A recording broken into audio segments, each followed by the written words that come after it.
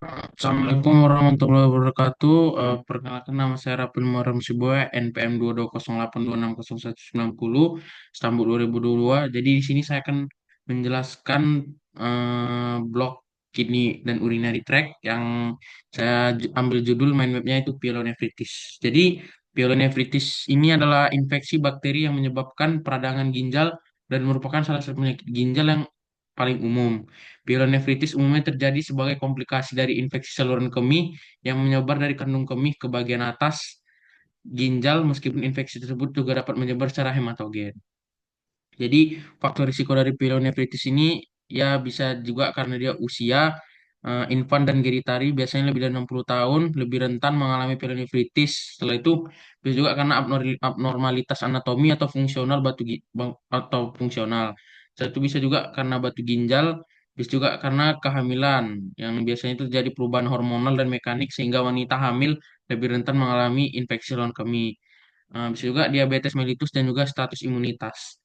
Setelah itu etiologi dari pyelonephritis ini yaitu biasanya sekitar 90 sampai 90% itu penyebab pyelonephritis ini adalah bakteri Escherichia coli, terutama uropathogenik E. coli atau UPEC. Setelah itu bakteri lain seperti Staphylococcus saprophyticus ditemukan sebanyak 5 sampai 15% penyebab pyelonephritis, khususnya pada wanita muda. Bakteri selain E. coli lebih sering ditemui pada pyelonephritis dengan komplikasi. Selain itu, gejala dari pyelonephritis ini bisa demam dan juga menggigil, ada juga dia nyeri pinggang, buang air kecil yang sering dan juga nyeri, bisa juga mual muntah, bisa juga dia urin keruh, gelap, berdarah atau bau busuk, anoreksia, setelah itu rasa terbakar saat buang air kecil dan juga gatal-gatal pada saluran kencing. Selanjutnya yaitu ke patofisiologinya, yaitu patofisiologi dari pyelonephritis ini yaitu E. coli merupakan bakteri yang paling umum menyebabkan pyelonephritis akut karena kemampuan yang unik untuk melekat dan berkolonisasi pada saluran kemih dan ginjal. E. coli memiliki pelengkap perekat yang disebut P. fimbriae yang berinteraksi dengan reseptor pada permukaan sel uroepitelial. Ginjal yang terinfeksi E. coli akan mengembangkan respon akut dengan melepaskan kemokin dan faktor inflamasi lainnya. Selain respon inflamasi lokal, hal ini pada akhirnya dapat mengakibatkan jaringan parut pada ginjal. Setelah itu, eh, cara mendiagnosa pyelonephritis ini kita bisa lihat biasanya itu keluhan utamanya itu pyelonephritis ini dia bisa gangguan buang air kecil dan juga ada demam. Keluhan tambahannya bisa seperti nyeri pinggang, mual muntah, nyeri berkemih, dan lain-lain. Setelah itu, kalau dari pemeriksaan fisik dari pyelonephritis ini, kalau misalnya dari vital sign-nya, dia semua dalam batas normal kecuali demam. Dia biasanya demam. Setelah itu, eh, kalau pemeriksaan head to-nya dalam batas normal biasanya dan juga kita melakukan pemeriksaan khusus yaitu palpasi ginjal dan vesika urinaria.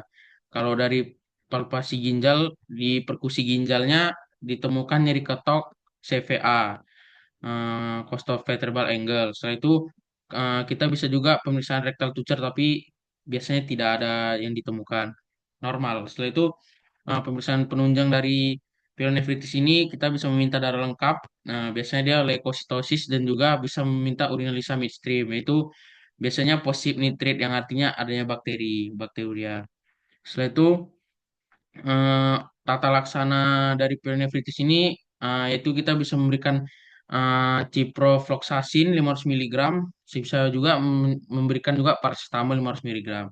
Setelah itu komplikasi dari pyelonephritis ini bisa abses ginjal, sepsis, gagal ginjal akut, nekrosis papiler, dan trombosis vena renal. Setelah itu edukasi yang bisa kita berikan kepada pasien pyelonephritis ini yaitu untuk menjaga dehidrasi tubuhnya dengan cukup minum air agar fungsi ginjalnya tetap baik. Setelah itu pasien juga perlu menjaga kebersihan diri dan higienitas seksual. Pada pasien dengan penyakit komorbid seperti diabetes, penggunaan kortikosteroid jangka panjang atau infeksi HIV. Edukasi pasien untuk melakukan kontrol secara rutin untuk mencegah terjadinya infeksi berulang. Nah, setelah itu ini referensinya saya berambil dari referensi Starpers. Mungkin itu saja yang bisa saya sampaikan. Assalamualaikum warahmatullahi wabarakatuh.